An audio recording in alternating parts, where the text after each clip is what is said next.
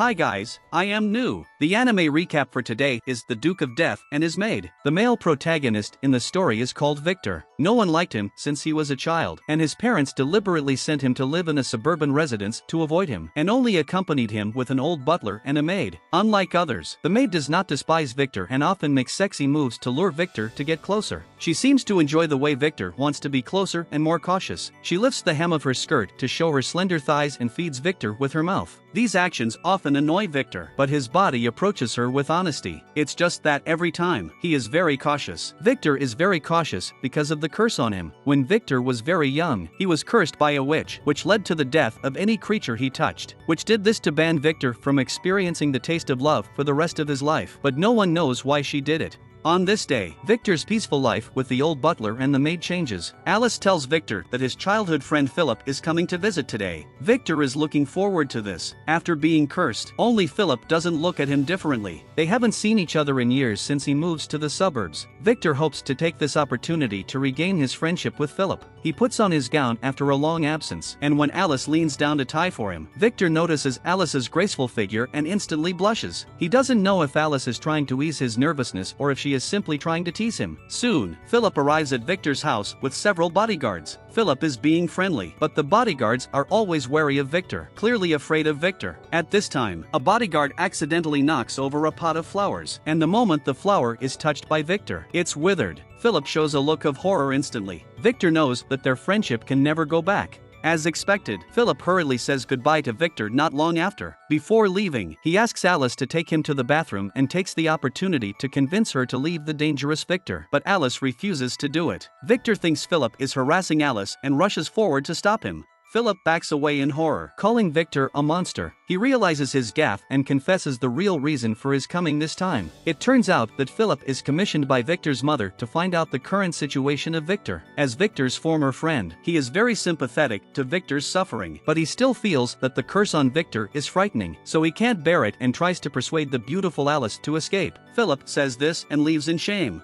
These words plunge Victor into an inferiority complex. He plucks a white rose from the yard and tells Alice that he likes her, but that he is not qualified to be in love, because his love is like this flower. It will wither when it is touched. Alice gently takes over the white rose in Victor's hand, indicating that the withered white rose symbolizes love until death, and she will be by Victor's side to help him find a way to lift the curse. From that moment on, Victor makes up his mind that he must marry Alice. After Philip's leaving, almost no one visits Victor's house. After all, everyone fears the curse on Victor. Victor's sister Viola is an exception. She is a bold girl. Viola is strictly disciplined at home, and she claims to be more comfortable at Victor's house, visiting frequently.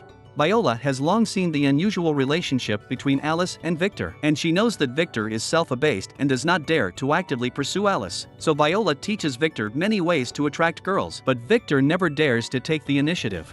Recently, Victor has found some clues. Viola always pays attention to Rob, and as soon as Rob talks to her, she is too shy to speak and hurries away from Victor's house. Victor realizes that Viola has a crush on Rob and that she is here mainly to meet Rob. He doesn't think there is anything wrong with Viola falling in love with an old man, and in his opinion, having the opportunity to pursue love is the most blissful thing. Just as he is lamenting the love, a stray cat breaks in and scares him. Afraid of hurting the stray cat, he quickly orders Alice to take it away. During Alice's capture of a stray cat, her clothes are torn, which makes her look even more alluring. Alice finds a note from the stray cat that shows it is an abandoned cat. After Victor sees the note, he sympathizes with the stray cat and takes it in. Victor hasn't seen his mother since he was cursed. He feels like a stray cat, a child abandoned by his family. He looks at Alice beside him, feeling a little comforted. Now Alice is more important to him than any family member. Tonight is a full moon night, and Victor feels that the moonlight at this moment is best for dancing. He plucks up the courage to invite Alice to dance with him, and Alice readily agrees. They can't hold hands like ordinary people, so they can only discreetly maintain a subtle distance and dance slowly in the moonlight. It will be the most romantic night they have ever had.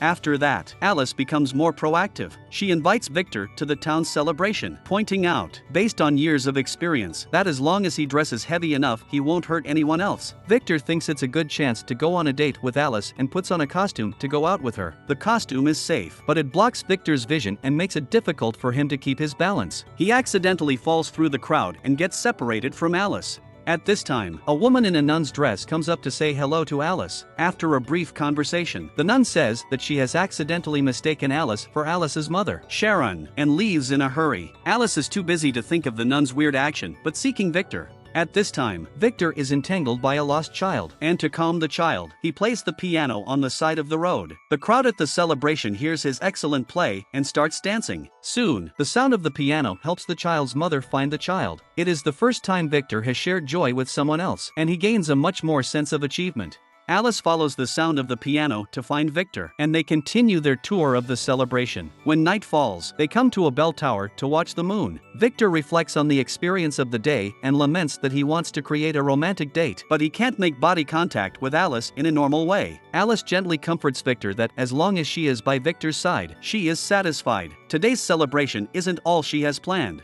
After returning home, Victor comes to her room according to Alice's arrangement. He is quite nervous when he sees the underwear on Alice's table. He doesn't know what to expect tonight. Later, Alice says she only creates a comfortable environment for Victor to sleep better, because Victor has suffered from insomnia lately. Victor knows Alice well enough and thinks she's just trying to tease him in a way that causes misunderstanding. He is too embarrassed to sleep, so he takes Alice to a lake to go boating. Under the beautiful starry sky, Victor affectionately tells Alice how much he fancies her. At this time, Alice accidentally falls into the water, but fortunately, the lake is not deep. She says that if Victor meant what he said just now, he would kiss her. She would die to do it. Victor is touched, and when his lips are about to touch Alice, his rationality stops him. Alice overturns the boat and causes Victor to fall into the water, looking like she is losing her temper. In fact, she has long known that Victor wouldn't really kiss her. She is just teasing him. Today is really perfect and full of fun for Alice. Winter is coming. Alice notices heavy snow outside and excitedly invites Victor to have a snowball fight. Victor is afraid of the cold and reluctant to go out, and Alice uses various ways to convince him. She knits a scarf for Victor, saying that if the scarf is not enough, she can use her body to keep him warm. Victor seems unable to dissuade Alice. He has to take Alice and Rob to have snowball fights and make snowmen together.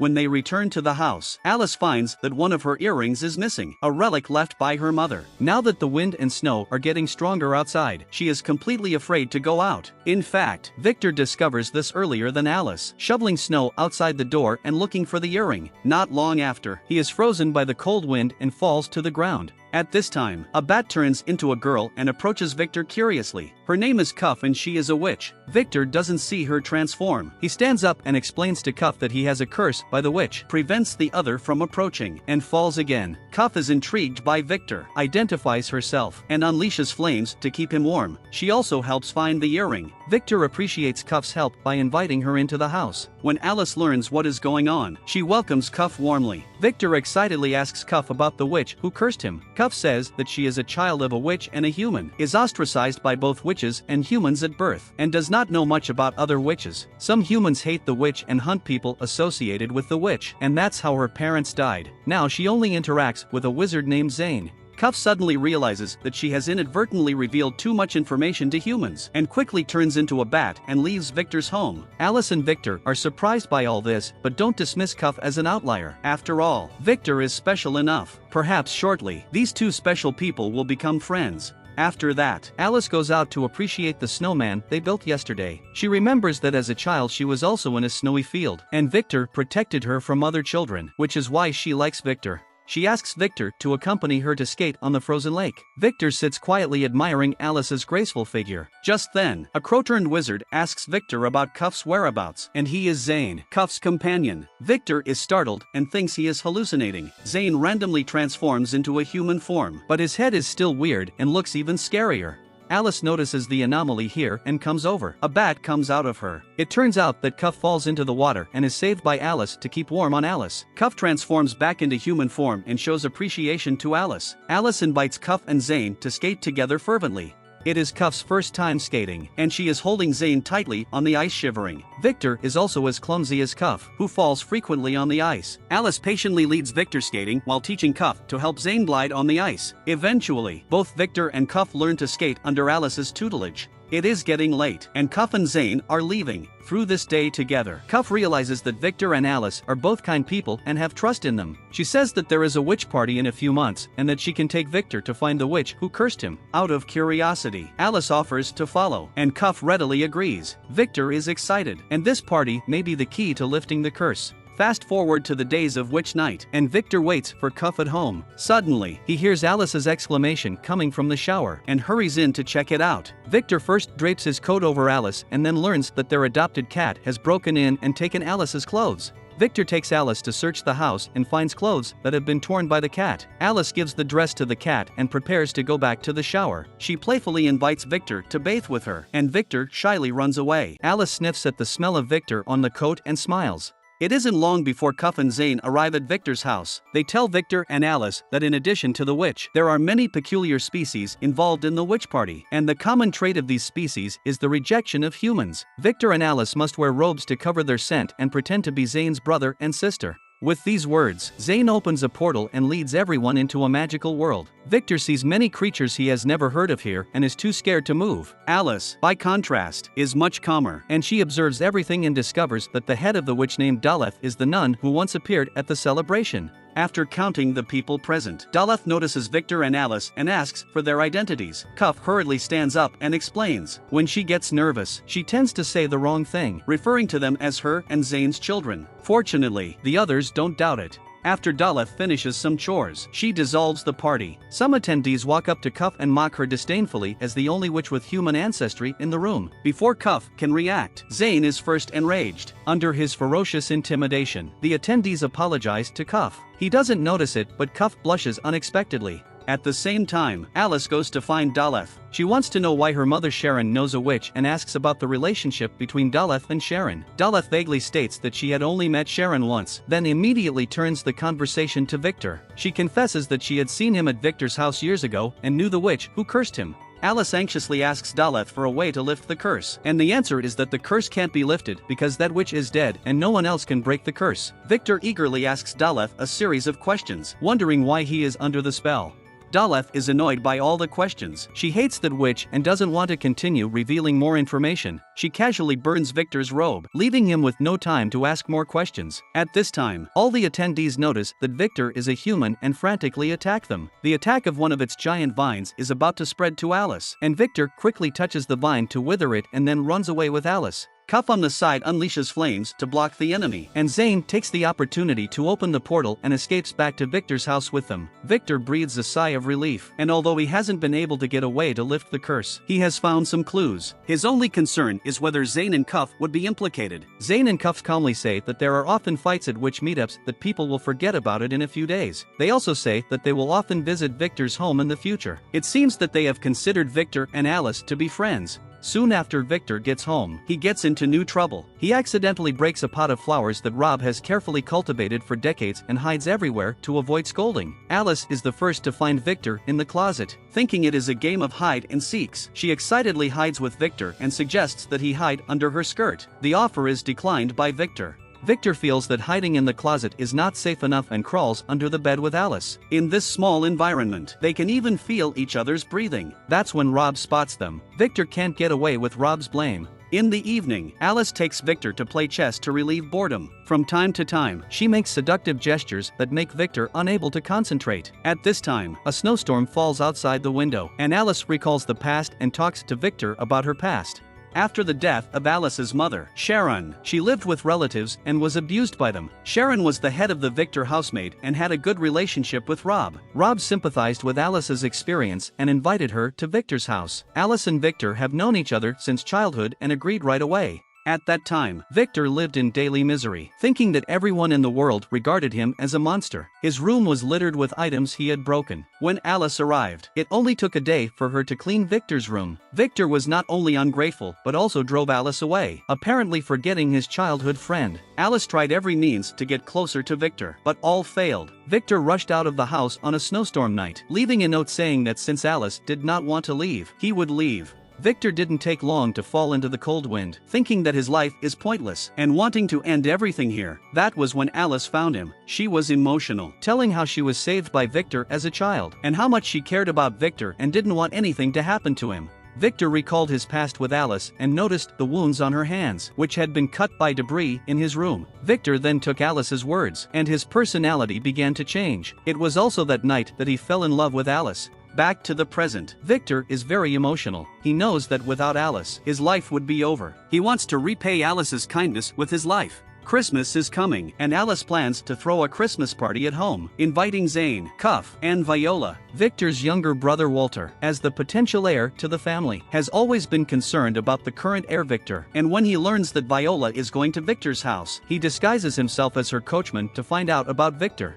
By this time, Zane and Cuff have arrived and are helping to set up the scene. They are orphans and have never experienced the Christmas vibe. After decorating the Christmas tree, Zane can't help but marvel that the Christmas tree is the most beautiful thing he has ever seen. Just like Cuff, Cuff on the side looks tired enough to fall asleep, but she is actually pretending to be asleep and blushing shyly when she hears all this. Their friendship is gradually turning into love. In the evening, Viola finally arrives and hurries into the house. Walter sneaks in, only to fall embarrassingly into the chimney in front of everyone. Viola points out Walter's identity. He gets angry when he sees Victor, so he simply removes his disguise and confides his dissatisfaction with Victor. He is seen as a substitute for Victor from an early age. Only when the eldest son, Victor, cannot find a way to break the curse will the family designate him as the heir. He does not want his fate to be controlled by others, so he takes this opportunity to challenge Victor and proposes that the person who first finds a way to break the curse will become the heir of the family. For Victor, breaking the curse is more important than anything else, and he readily agrees with him.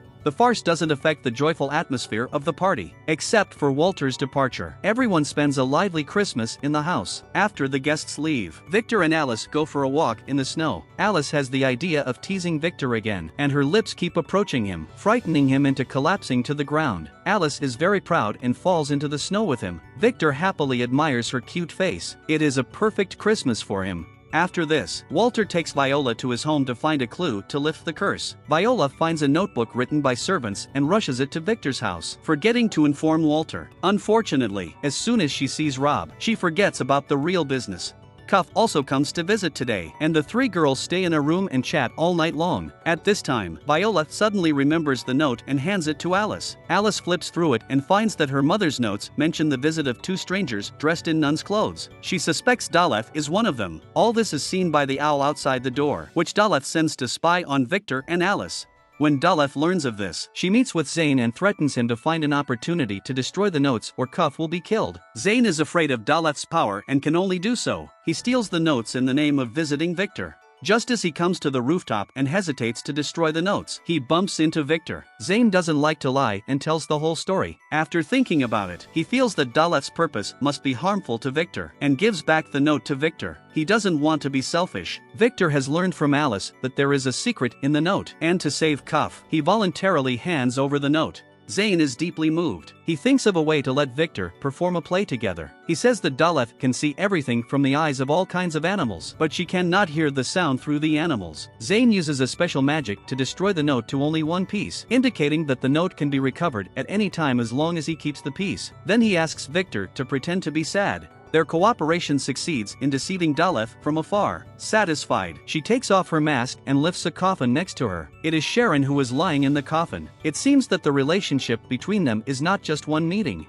Soon after, Victor's mother, Gerbera, writes to ask Victor to meet. Victor is nervous about this long-lost visit since he has moved to the countryside for 10 years and has never met Gerbera. Victor takes Alice to his former home, where he decides to take the opportunity to talk about his relationship with Alice, even if it doesn't get Gerbera's approval. Gerbera is a phlegmatic person, but she gets gentle when she meets Victor. For Alice, the look she shows Alice is always sad, which makes everyone on the side very confused. Later, they learn from a maid that Gerbera and Sharon got along very well. After Sharon's death, Gerbera's personality changes a lot. In the evening, Gerbera gathers her 3 children for dinner. She calls Victor this time to discuss the issue of the family heir. Victor's dad is severely ill, and if Victor can't break the curse by next spring, Walter will be the heir. Victor has no objection to this. The most concerning issue he has is his love for Alice. When he offers to marry Alice, he is firmly opposed by Gerbera, who believes that nobles cannot marry lowly maids. Victor is furious, loudly reprimanding Gerbera for interfering in his marriage and for not fulfilling her maternal responsibilities for 10 years. Without Alice, his life would have ended long ago, and Gerbera never knows about it. Victor rushes out of the house as soon as he speaks, not noticing Gerbera's smile. She doesn't expect Victor, who was still weak when he was a child, to now dare to talk back to her.